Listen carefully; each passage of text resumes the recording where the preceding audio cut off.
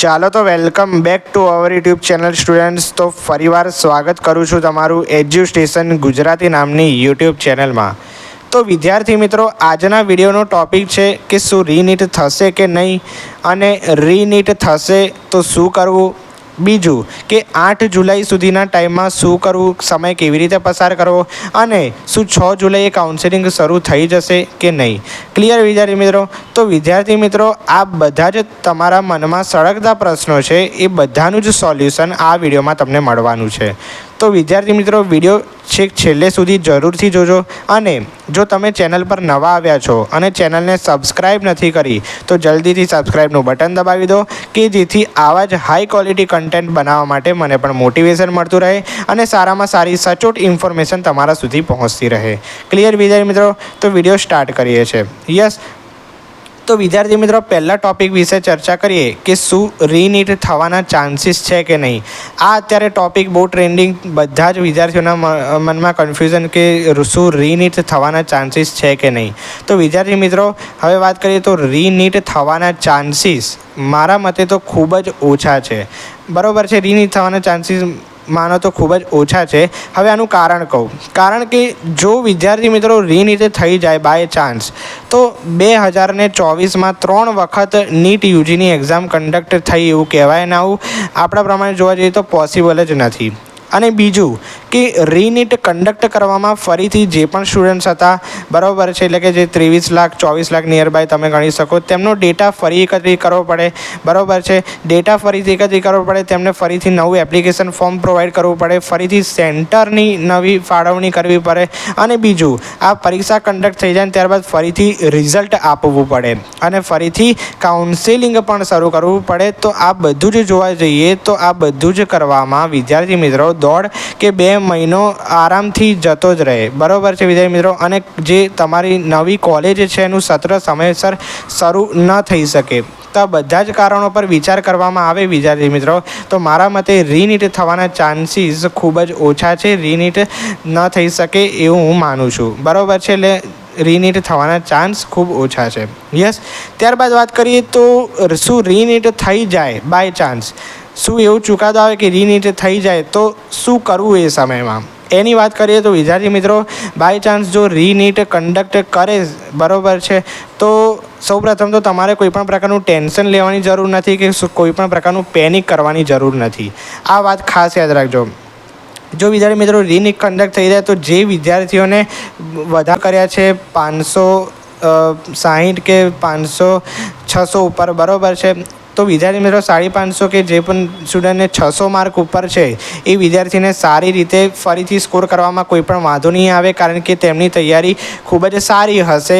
જે નીટમાં લાવ્યું છે એ પણ જે રીનીટ કન્ડક્ટ થવાની છે એમાં પણ એ સારો સ્કોર કરવાનો છે. પરંતુ જે વિદ્યાર્થીઓને ઓછા માર્ક છે, 300-400 માર્ક નિયર બાય છે, એ વિદ્યાર્થીઓ કે જેમની તૈયારી ખૂબ જ કાચી હોવાના કારણે આ સ્કોર ન કરી શક્યા હોય, બરાબર છે, તેઓ માટે જો ફરી રીનીટ કન્ડક્ટ થાય તો કોઈપણ પ્રકારનું ટેન્શન લેવાની જરૂર નથી. સૌપ્રથમ તમે બાયોલોજી વિષય પકડો અને બાયોલોજી વિષયમાં સૌપ્રથમ ઇઝી ચેપ્ટર લો, એનું એનસીઈઆરટી વાંચો. ત્યારબાદ મીડિયમ ચેપ્ટર્સ લો, એની એનસીઈઆરટી વાંચો. ત્યારબાદ હાર્ડેસ્ટ ચેપ્ટર કવર કરો.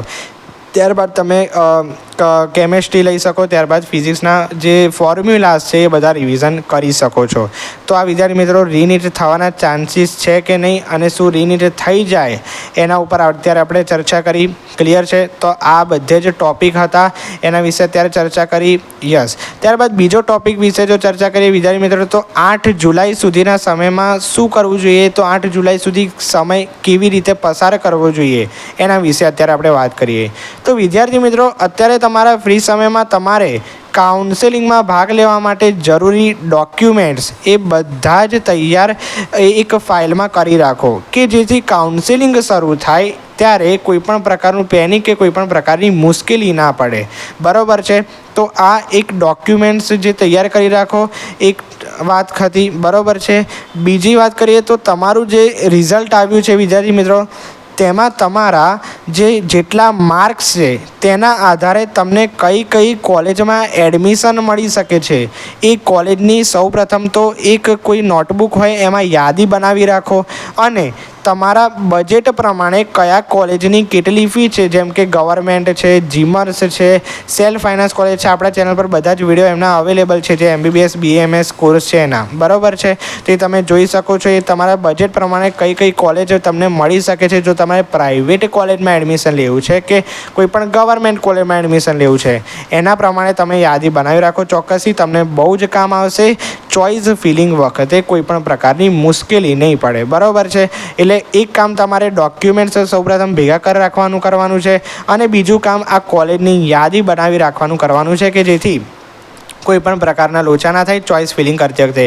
કારણ કે વિદ્યાર્થી મિત્રો, જ્યારે પણ આ કાઉન્સેલિંગની પ્રોસેસ શરૂ થશે ત્યારે એ ખૂબ જ ઝડપથી કામ થશે ત્યારે, બરાબર છે, તમને કોઈ પણ પ્રકારનું વિચારવાનું કે એટલું બધું કામ કરવાનું એમાં કોઈ સમય પણ નહીં મળી રહે. એટલે તમે અત્યારે જે ફ્રી સમય છે એમાં આટલું કામ તમે કરી રાખો કે જેથી ચોક્કસથી તમને બેનિફિટ મળી રહેશે. યસ વિદ્યાર્થી મિત્રો, તો આ બીજા ટૉપિક પર ચર્ચા કરી કે 8 જુલાઈ સુધીના ફ્રી સમયમાં તમારે શું કરવું. હવે વિદ્યાર્થી મિત્રો વાત કરીએ કે શું કાઉન્સેલિંગ 6 જુલાઈએ શરૂ થઈ જશે, બરાબર છે.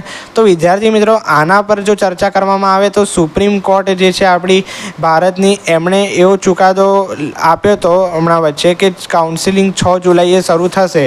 અને બીજો પણ એક પ્રશ્ન છે કે 8 જુલાઈએ આ નીટનો ચુકાદો આવશે કે શું કરવું, રીનીટ કરવી કે ના કરવી, કે વિદ્યાર્થીઓના હિતમાં નિર્ણય લેવો, બરાબર છે. તો વિદ્યાર્થી મિત્રો, આ આપણા હાથમાં નથી. એટલે કોઈ પણ પ્રકારનું કાઉન્સેલિંગ 6 જુલાઈએ શરૂ થઈ જાય તો એના માટે તમારે તૈયારી રાખવી જ પડશે, બરાબર છે. અને જો ન થાય તો પણ હિતમાં નિર્ણય આવશે, તમારે સ્વીકારવો પડશે. એટલે કાઉન્સેલિંગ થશે કે નહીં કે કોઈ પણ નિર્ણય આવે એનું કોઈ પણ પ્રકારની વિચારવાની જરૂર નથી. તમારા હિતમાં જ નિર્ણય આવશે અને તમારે કોઈ પણ પ્રકારે તૈયાર રહેવાનું છે જે પણ નિર્ણય આવે, બરાબર છે. એટલે જે સરકાર તમારા હિતમાં નિર્ણય લે એ માન્ય ગણાશે, બરાબર છે.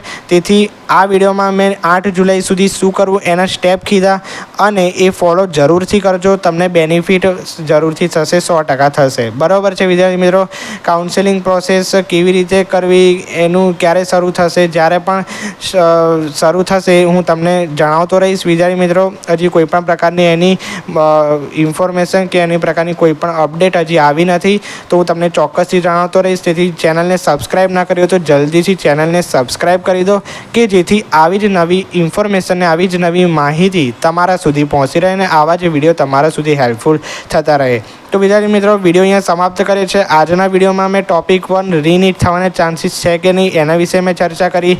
શું રીનીટ થઈ જાય તો શું કરવું એના વિશેની ચર્ચા કરી. બીજો ટોપિક 8 જુલાઈ સુધીના સમયમાં શું કરવું એના વિશેની વાત કરી. અને જે તમારા ફ્રી સમય છે એમાં તમારે કયા કયા કામ કરવા અને કાઉન્સેલિંગ પર આપણે અત્યારે ચર્ચા કરી. યસ વિદ્યાર્થી મિત્રો, તો વિડીયો જો તમને ઉપયોગી લાગ્યો હોય તો વિડીયોને જરૂરથી લાઇક કરી દેજો, અને જો તમને જરૂર લાગે તો કનેક્ટેડ મિત્રોને શેર કરજો કે આવી જ નવી ઇન્ફોર્મેશન એમના સુધી પહોંચતી રહે. ઓકે વિદ્યાર્થી મિત્રો, તો વિડીયો અહીંયા સમાપ્ત કરીએ છીએ. મળીએ છીએ આવા નવા વિડીયો સાથે. ત્યાં સુધી ગુડ બાય.